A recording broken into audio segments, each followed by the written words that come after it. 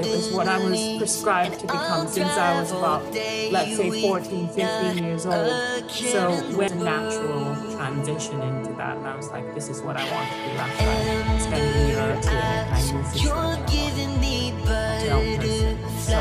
So to be classic, I really love the adventures of my outdoors. It's one of the things I miss. I get to go to the farm. Okay, good evening, everyone. We are so privileged and I'm so excited to welcome Jude Perera of Equalify Marketing tonight as our guest on Social Commerce. Give it up. He has extensive marketing experience around the world. He's very passionate. He's got a very strong mission behind what he's doing. There's a very human side to it. And so I'm so excited for him to share more about his business and about himself as he answers the 14 questions that we ask to every guest on Social Commerce. Give it up. So welcome, Jude. Thank you so much for being here. Thank you so much for having me. I'm so happy to be here. And I have to say what you're doing is great, talking to a diverse array of entrepreneurs. So very, very glad to be here today. Oh, thank you so much. Thank you so much. Okay, so as I said, there are 14 questions. Yes. So I guess we'll just go ahead and start with question one. So basically, what are you doing in your business professionally and why? Okay, I'll start off with what I'm doing. So my company heads strategic plans for different base clientele. We look at different industries. We provide packages based on the needs of the clientele, but it's mostly to do with evolving a company's marketing strategy and executing it. More so over than that, we run brand awareness campaigns, lead generation campaigns, multi-channel campaigns. We also do content advisory where we come together. So it depends on what exactly we come on a client together with. We basically evolve a strategy with them and execute it depending on their needs. Apart from that, we're also very, very rooted in diversity. Because of that, we always execute our marketing strategy with diversity as one of our key goals and key passions, so that there is diverse conscious marketing being done and diverse conscious strategies being constructed. I love that. I'm totally about self-awareness and consciousness on a personal and a very expansive level. So that is amazing. So can you explain a little bit more about exactly what you're bringing consciousness to? So with regards to marketing and the marketing sector as a whole, depending on the industry where marketing is being done or the strategy is being created, there are lots of potholes when it comes to considering diversity within a strategy. Conventional means of marketing, which has evolved through decades, which has stayed the same, but they've evolved in the way they are initiated because of technology, but they've not evolved with the cultural shift.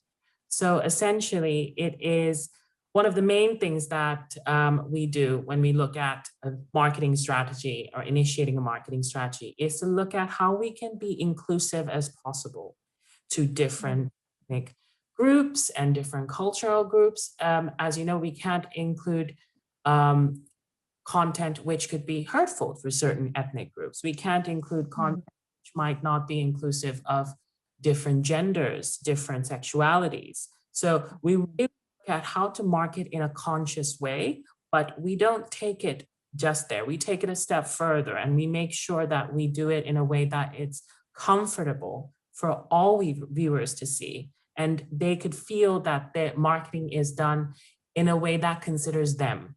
So in any piece of content we put out, it could be through a social media, or it could be an ad, it could be a video. We always take that as a very, very big consideration. Oh, that's amazing. And it sounds to me like the background of a really great conversation. That's what marketing and ads always remind me of. It's like a really great, a great conversation, a great chat you've had, and it's all about how the person comes away feeling, right? More so than exactly the words that are said. And so that sounds like a little bit of magic to me, actually. Just ability to to powerfully speak to people across the board. It's so important for businesses to know that they have that messaging correct. And I think that a lot of people have a vision, but I think it's very hard to execute it inclusively, broad scale, to be able to hear everyone's voice. And it sounds like you are an amazing listener in that capacity. Thank you. And I think one of the most important things to realize is it's never a switch where you say, we flip that switch and we're going to be inclusive right directly. Like you said, it's a process and it's an evolutionary process. We're constantly learning.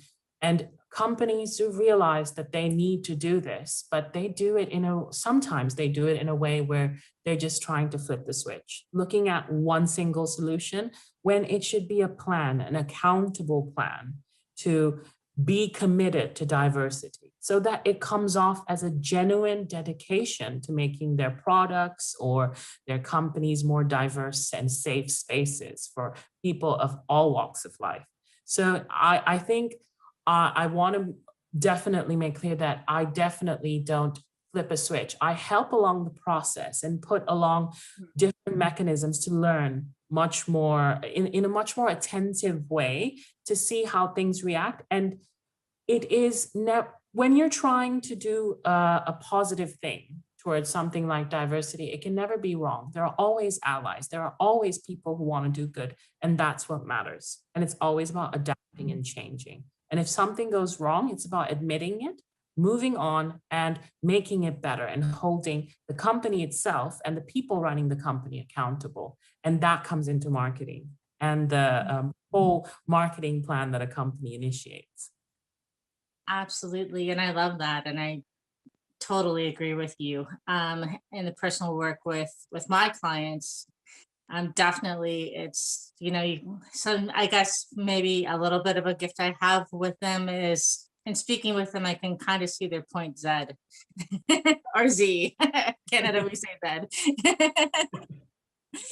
But at the same time, I can't tell someone, well, you're at A, so tomorrow we're going to just start at Z. I get the evolution, and it's so important to lay that foundation and make it, like you said, comfortable and I guess long-lasting, long-term change for everyone. So that is amazing. I love that so much. And I think it's so very needed. And I think we are so much looking at a much larger global perspective, and what you're doing can only grow and be so much more expensive as you go forward.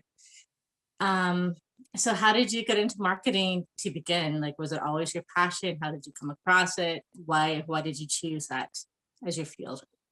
Weirdly, I didn't start off with marketing. I actually started off with law. I got my first bachelor's in law, and essentially when I was just heading towards that legal track, I wanted to do something where I could effect change in different companies and do it in a way that I'm interested in. I've always been interested in advertising, telling a story through advertising and making sure that it reaches people correctly. So I slowly shifted towards that and opened up my first company, which I made and then sold off before I went off on a career in marketing. So that's kind of how I got in. There was no technical light bulb moment where I went oh, this is the career. I think it was a combination of I like doing it, and I found interest in it, and it's about people. So marketing is people, and I love people, interacting with people and seeing how different things react with what people see. So it was a natural transition into that, and I was like, this is what I want to do after I spend a year or two in it, and I knew for sure that I wanted to do it. That's amazing. And a couple of times you have mentioned evolution. So that sounds exactly exactly what you're all about. So incredible. What was I going to ask you? So now I believe you're now based in Germany. That's what you said, right? So where are your roots? Where did you begin? And how did you end up in Germany? Oh yes, it's a long story. That's quite a long story. I'll try to keep it as short as So I was raised between three places. I was raised between San Diego, California, and Sri Lanka, as well as Monterrey, Mexico. So those are the three places where I grew up because my mom, an entrepreneur herself. So she had different parts of her business in these countries. So I grew up in those places. And then I've traveled quite a bit since then. I've lived in several countries. And then for the last, I guess before coming to Germany, which was about 3, 4 months ago, I spent 2 years in the UK. And it was basically where I kind of lived for the last 2 years, of course, but then also evolved for the next business that I have, and also wanted to use that as a platform. So most of my business is in the UK. And I moved to Germany basically because number one, I thought it's a great market and it's a great place to be in. And number two, that's where my partner lives as well. So that's another consideration I took. So yes, that's kind of the reasoning. There's no such specific reasoning as well, but I think it's mostly I wanted to explore a new market, and I saw the German market so much potential. There's so many great things here. So I decided to move here with my partner. Oh, amazing. So obviously you've seen many different places, cultures, you have a deep understanding of people. So that is super cool. So I know this is very in-depth for question one. I'll try to keep question 2 to 14 a little more brief, but this part is super important. So just one last little part of question one. How has a pandemic affected what you're doing? Have you seen a change? Do you feel like that has caused a bigger evolution? What are your thoughts about that? I think the pandemic was a great catalyst. I think whether it's good or bad, I think everybody is going through their own journey with their pandemic and having to deal with their own thing. So for me, there has always been two sides. There's the good and the bad. Focusing more on the good, the pandemic really made it possible for me to think about how to run in 2 different countries, how to run a business digitally. So that's one of the main things that, and one thing that I've really thought about in the start of the pandemic was, am I really thinking about safety? Because I could do the career thing and stick to safety, or am I do what I really believe in, which is innovate during a tough time? So I chose this latter option. I can't necessarily say that I have been a roaring success yet, but I think, to be fair, it was the right decision for myself, because I think it gave me a lot more freedom to think outside the box and ways to tackle the pandemic in a way that I felt was right, in my own way. And that's just been what it is. It's made it easier in certain senses when it comes to the more digital focus around the world. It makes it easier to run digital business. But at the same time, there are personal battles that you have during the pandemic. Everyone, I think, has their own perspective on it. So yes, it's been good in terms of thinking up a new business and coming up with and getting the courage to actually innovate during this time. But as to the success of it, only time will tell. That's a great answer. And in speaking to several people, you kind of echoed their thoughts. It's like really, I feel, brought awareness to what is possible digitally. In some ways, being, I guess, isolated, more remote has brought us a greater degree of connectedness on some levels and shown us what is really possible. That's what I'm hearing. That's what I'm hearing from you. And for sure, absolutely, there's so many challenges, but it's also amazing to hear that there's some good things evolving during this time as well. So that's exciting to see where you're going to take things going forward. Thank you. Okay. So question 2, I think, should be a little less involved for you. That's fine. And the question is, what professionally as a business would you never want to do? Professionally as a business, what I would never want to do. I wouldn't professionally want to stop taking risks. That's one thing I'd Mhm, say. mhm, I think right now a lot of my business is me driven because I'm the person behind it. It has not got its own feet. So in order for me to be really interested in it, I need to be able to take risks and really see the rewards of the risks. If there end up being certain failures, I don't mind because it breeds its own rewards. So I don't mhm. stop taking risks and stop thinking about how to change things and stop thinking about how taking the chance on things that think differently. Let's just say Wow. that. Wow, those are the words of a true entrepreneur, thinking outside the box and going for it despite the risk factor. So awesome answer. Thank you. Okay. So question 3 is, do you like going to libraries or bookstores and being surrounded by real books?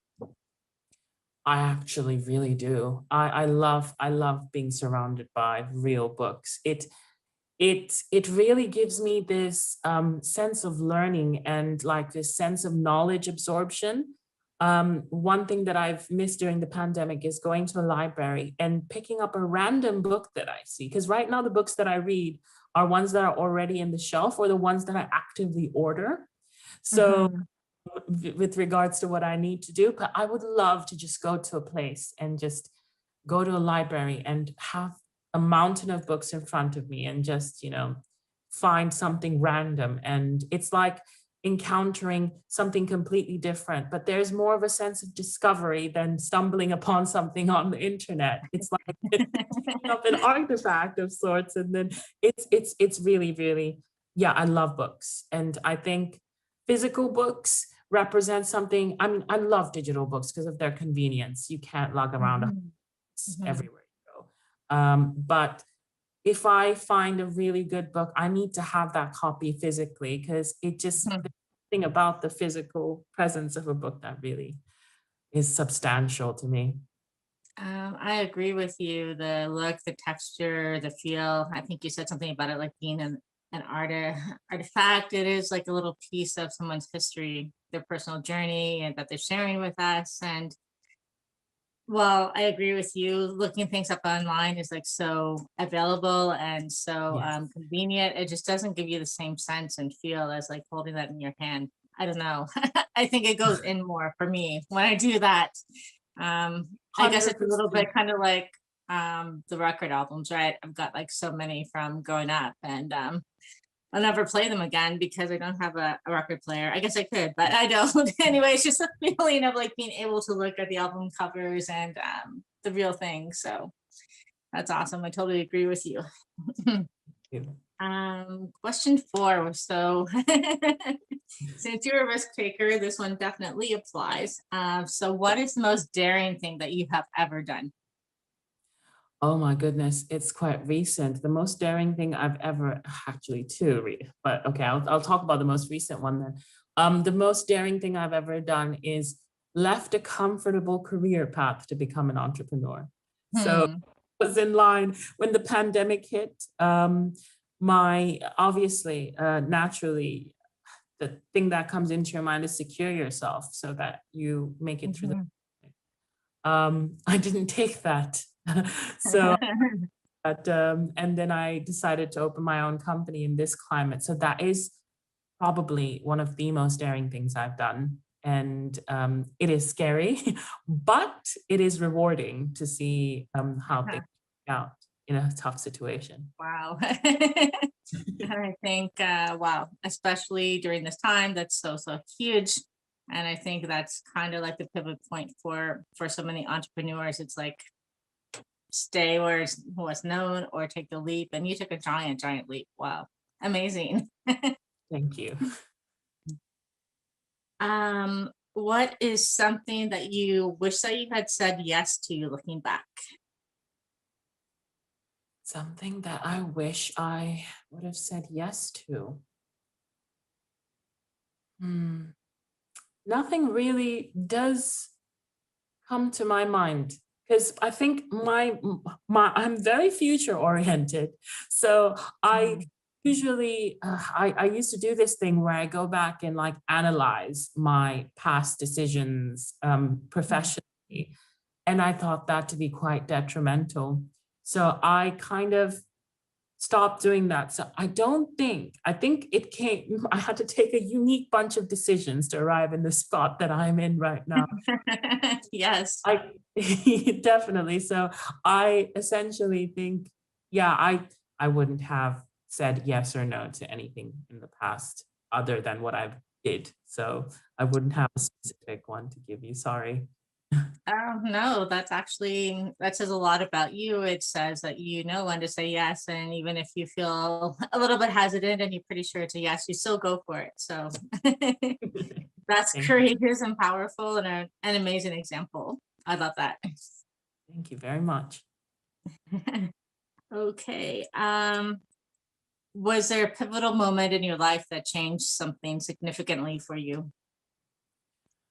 A pivotal moment. I think one of the biggest pivotal moments I've had, I mean, the most probably pivotal moment that led me into a career in marketing is when I realized that I didn't want to do law. I was very much, I didn't want to do law as a profession. I was very much in the track to become a lawyer. And it was what I was, let's not say groomed, but it was what I was prescribed to become since I was about, let's say 14, 15 years old.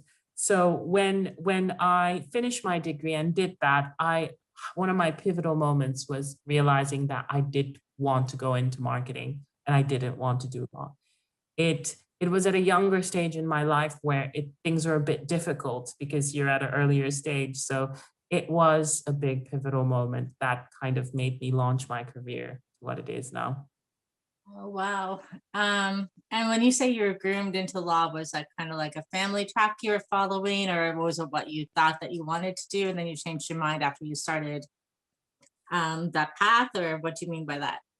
I think it was 50-50 what I wanted to do because I really liked being able to defend people. I liked being, although that sounds a bit cliche, I really did like the idea of having the power of law to be able to do good. So that was like what was heading through my teenage mind back in the day. I think the other 50% is I saw my mom who was an entrepreneur, but she was a lawyer first and foremost. So she balanced both of that. So I always grew up looking up to my mother. So it's essentially why I thought I'd want to do law. Very interesting. So, what was your mom's entrepreneur aspect? What did she do in that capacity? I think it is kind of like what I'm doing. She was a lawyer by profession, and that helped her a lot with her business. But she had um, this apparel industry, which is called buying houses. So she had different different manufacturing plants around the world, and she supplied to some great suppliers. And it was very entrepreneurial in the sense that she started it from scratch. So she did not have help, and seeing that and using her legal knowledge, which I kind of use to my own advantage when I'm doing my own business, is what kind of drove me. So she wanted me to have that, and she thought I would want to have a career in that as well, and so did I at that point. But she, of course, is very supportive. So um, Oh, wow, that is so cool. And I can only imagine how much inner reflection and thought and just like really courage it must have taken to be like, okay, so I'm kind of a lawyer now and I'm not going to do it anymore. yes. That must have taken, a lot of courage to do that. So I commend you for that. Thank you. So this question is maybe a little bit in the woo realm, but bear with me. Yeah. That's I fine. personally, I kind of, I don't know. I have this theory that sometimes we're set in certain paths to begin that set us up for where we're really meant to be. So, do you feel that there was a reason you went down that legal path um, to bring over structure, what you needed, and what you're doing now? Like, how much does that serve you and what you're doing now?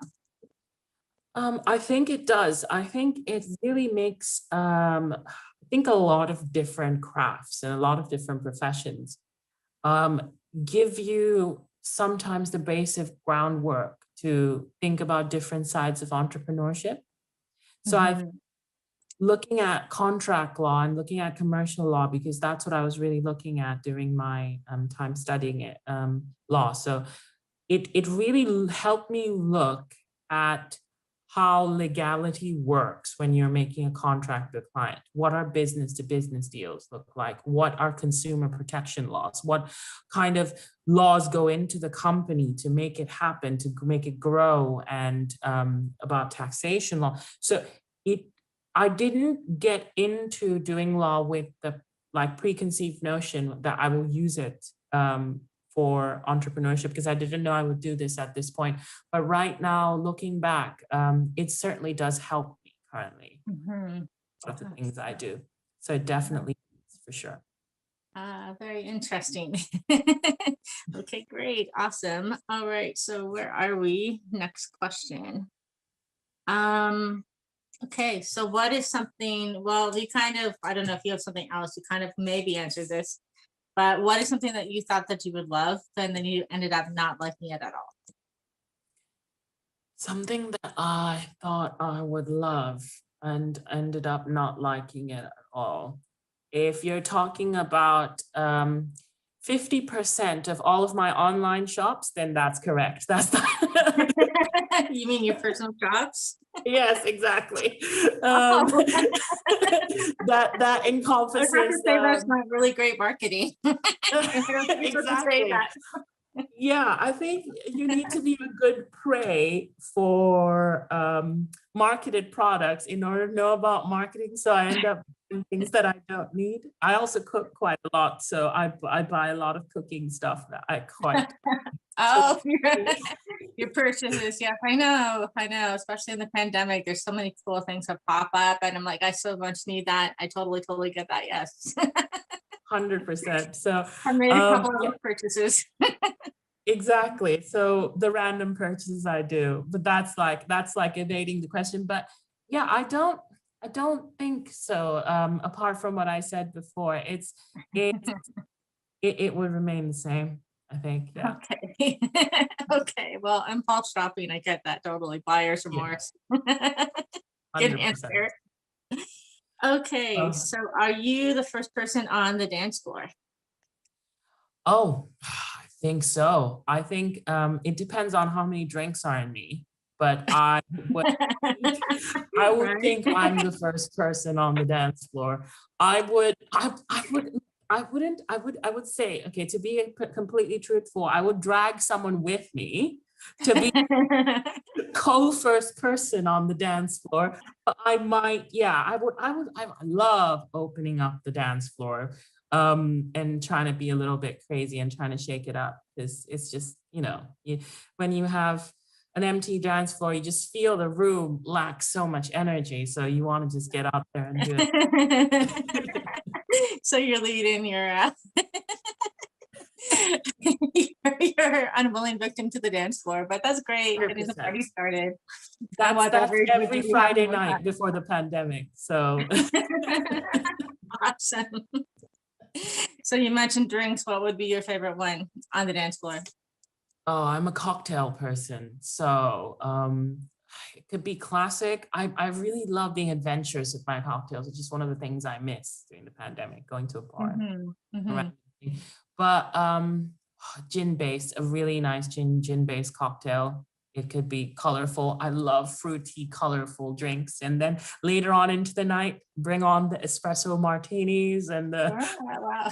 you know alcoholic drinks. So yes, those Later cocktails. in the night, you're not so worried about the presentation, and yeah, but cocktails are so fun and pretty, and it's cool to see what people create, right? They're kind of entrepreneurial depending on the club, so that's fun. Yeah. Very fun. Okay.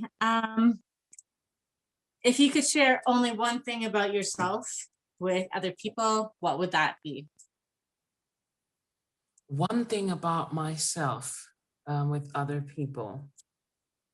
Um, It's a tough question because that's that's a Kind of like the good, 5-year good. question, right? It's a very good question, but a tough one. One thing what I would share about myself, I think it's my empathy.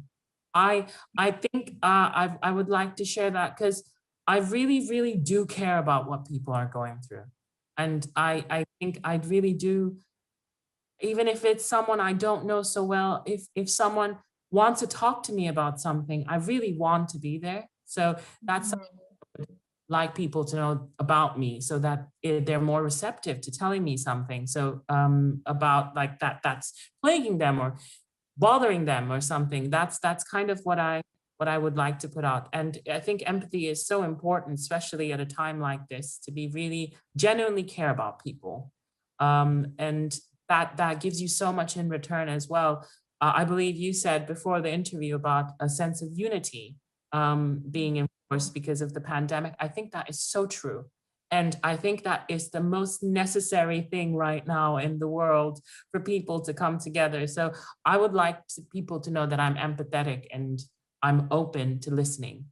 So yeah.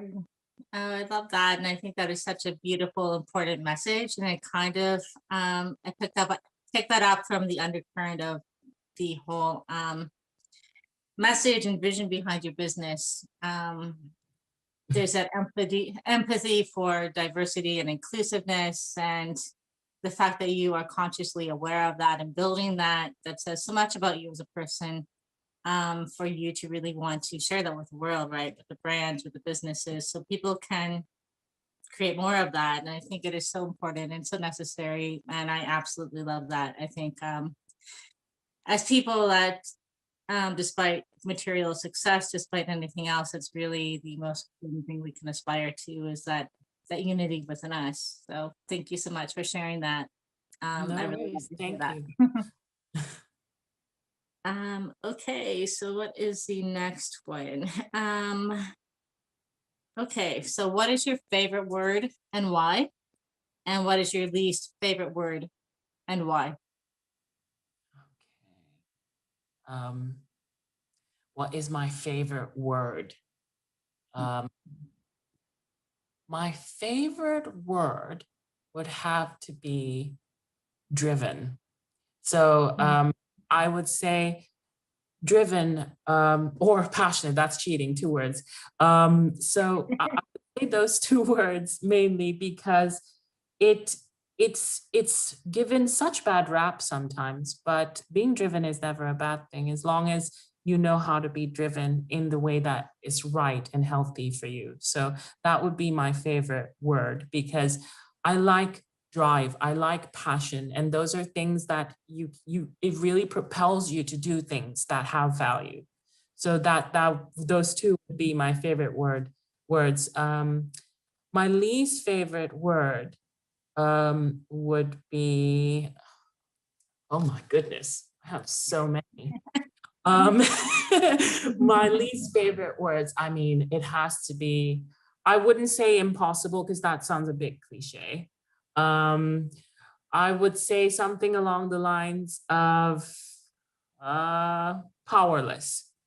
So I think that would be my least favorite word because, you know, there's so many things that make us feel powerless, but it is not something that can make you be powerless. You can be driven into what a lot of people perceive as that that's a powerless person, that's a powerless thing. So that powerless, you're powerless in that situation. That is a sense of perception. So I would really think that it's a bad word because you never should consider anyone powerless. You always, always, always have the energy and you always have the drive to pick yourself back up through anything. So you're never powerless. Whenever you're down for the count, you always need to remember that you have that strength in you. Even if you're down for a while, you have that strength in you. Take time to heal, but you're never powerless in a situation. Always strive to not be powerless or have that word in your life or someone say that to you. If someone says that to you, just brush it off because you're never powerless. So I think that's the word that popped into my mind just now. So That touches me so deeply. Um, Truly, I love both your answers so much. And basically, in my own vision and mission of helping people, I could not agree more with you. I think that so many times people are in a mindset or in a position in their life where they feel that they can't change circumstances, nothing can get better. They're just basically stuck there. So yeah, bringing someone to the knowledge and the feeling and the ownership of what you said about being passionate and driven in their own being and their purpose in that momentum, right? I love those words because it's about momentum. And once you start that momentum, once you see it can happen, it just escalates and grows. And it's just like always coming back there. Once you get there, you can always come back there once you know how. But yes, that is such a powerful answer. Thank you so much. Thank you. And I have to say, these questions really make me think. These are brilliant questions. I just had to tell you this, it really makes you really wonder about what really, what drives you, what really is important to you. But yeah, I think I'm so glad that you resonate with it, because everybody kind of is, everybody who's trying to make a positive impact like yourself are driven people who are trying to really help people. So that's one of the most important things we have to consider.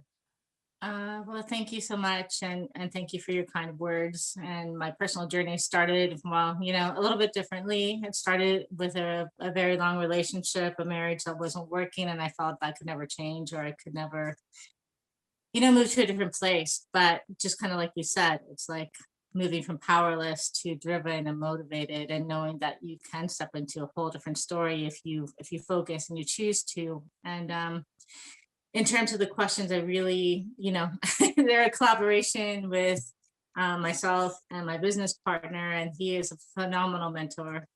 He's a visionary himself, and he just really, he knows people really well. So together, we didn't want this to be super serious, but we wanted it to be like revealing, right?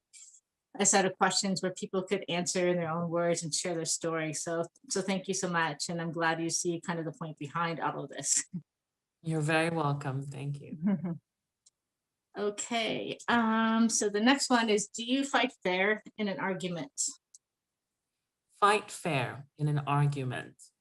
It depends on what kind of argument it is, but I always think maintaining fairness in an argument is very important, because if you do maintain fairness in an argument, you win the hard way. And when you win the hard way, it makes more of an impact. So if if somebody is having a very heated argument and it's crossing the boundaries of logical, then I would say it's unfair to leave, but I would do it. That's the only circumstance where I would leave a conversation, and that would be deemed unfair. But having a fair argument is very important to me, and it's something that actually drives more. Like I said, it's a difficult thing to do. Sometimes you can fight an argument in an unfair way and then win, but it doesn't have the same impact, and it doesn't have the same result and the same reward as it would if you go the harder way and you try to do it the fair way. Yes, exactly. At some point, I agree. Sometimes I think it is better to walk away and come back and from a calmer space. So it just doesn't descend into two people trying to loudly say they're right. So I hear you totally. 100%. I have definitely walked away from conversations where it's just, I think in my mind, you sometimes don't, you need to think about the impact it's having on you and the impact it's having on the people around that are probably listening to the conversation. Sometimes it's very important to leave it, because you don't know what things happened, like all the circumstances that happened that led up to that conversation, and you really need to leave it. Sometimes you need to do what's best for you to keep yourself together, and that's leaving a conversation. And when there's an argument, or I mean, if it's a professional argument, I think it's always you have to sort it out. But if it evolves into something negatively personal, then I would say walk away. There's no shame in walking away from a conversation like that. That doesn't deserve your time. No, and sometimes when words are said, well, when words are said, can't take them back truly. So Yeah. great answer. Okay. Who in history would you wish to help or stop? Who in history would I choose to help or stop? Um, okay. Who would in history would I choose to help? I mean, I think all of my role models, which I have throughout history, they thrived in their own right. So I wouldn't want to interfere in any way to help them. Um, all the bad people, I don't. Let me just think. That this takes some thought. Just give me a real quick second. Let me, Of course. who would who would I actually help? Hmm. I would think less about history as a whole, because I think there are so many figures, as I said, that I really appreciate and I Mhm. draw so much energy from. One example is like Rosa Parks, and another example is there's just so many examples in my head that of real people who really action change. But coming more to a personal level, who would I have helped would be my grandmother, I think. Mhm. Grandma was a brilliant, brilliant lady. And I love my grandpa, and he was very nice, but they were from a generation where females were not allowed to do certain things. I Yeah. would somehow found a way to help my grandma be the, she was an amazing lady and had so much to give to the world. But because of a society back in the day where women were not given a voice, she wasn't able to give as much to the world. She kind of instilled that into me, passing it down the generation line to really think about these things. But I would have helped her in essence to be an icon through what she did to action change, not even an icon, just in her life. I would want to help her just pursue her career that she wanted to pursue. I think that's That is a great answer. And wow, that is true. That makes me think about so many people from that generation, how the world would be different now. For example, if like women, as you said, had a greater voice. Um, wow, that's an amazing answer, and that makes me think a lot. thank you. Mhm. Okay, so this one is something more totally fun. Shouldn't require too much thought, or might, I'm not sure. Let's see. Um, sweet or sour candy or completely salty snacks. What is your Oh go-to? goodness. Oh my goodness. This is like my biggest argument every weekend because I have to pick one. Oh, I would say salty snacks. I Mhm. hate to, but I don't think it is, oh, it is good as like a really nice bowl of pretzels or a really nice, yeah, I love salty snacks. I mean, who cannot? Um, potato chips and all the good stuff. Just bring it to me. Yeah, salty, salty, salty. Okay, I have to agree with you. I mean, I'm not opposed to the candy, but definitely if there's a bag of chips in the house, I have to like pretend it's not there. Once it's opened, it's 100%. game over.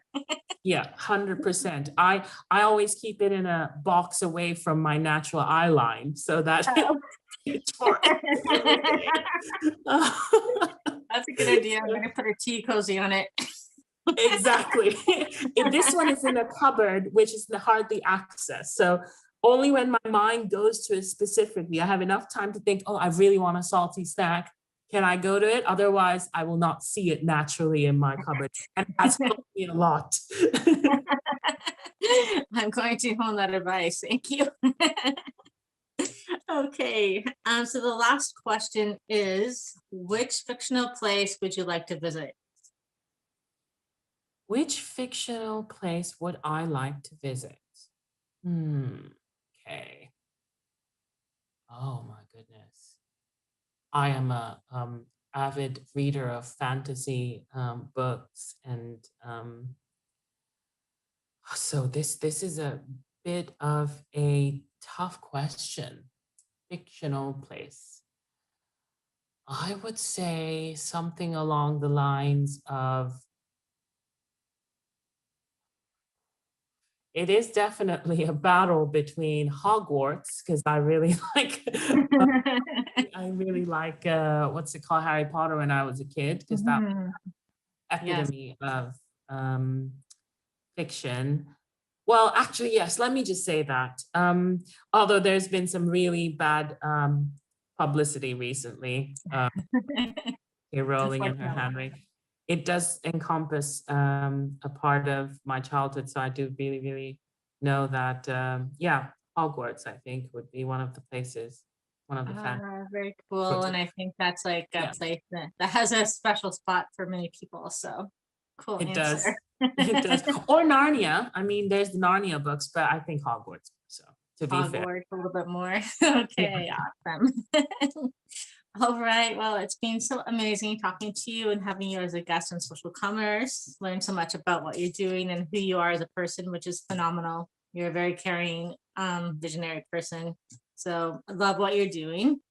So thank you so much. And for anyone wanting to reach out and connect with you on a business level or anything like that, what would be the best way for people to do that? Best way would be on LinkedIn. I think I'm on there quite often. So if you do search my name, Jude Perera, it should come up. I'm the founder of Equalify. So please do connect. I'm just, that's the best way to reach me. I always check it because it's just easier for me. Of course, of course.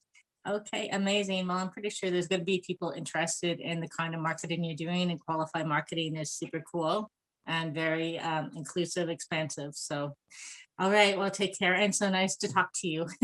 Definitely. And of course, even if it's not for business related stuff, even if anyone wants to just know about a certain thing, I'm more than happy to just put in a line or two, put some effort into actually answering some questions.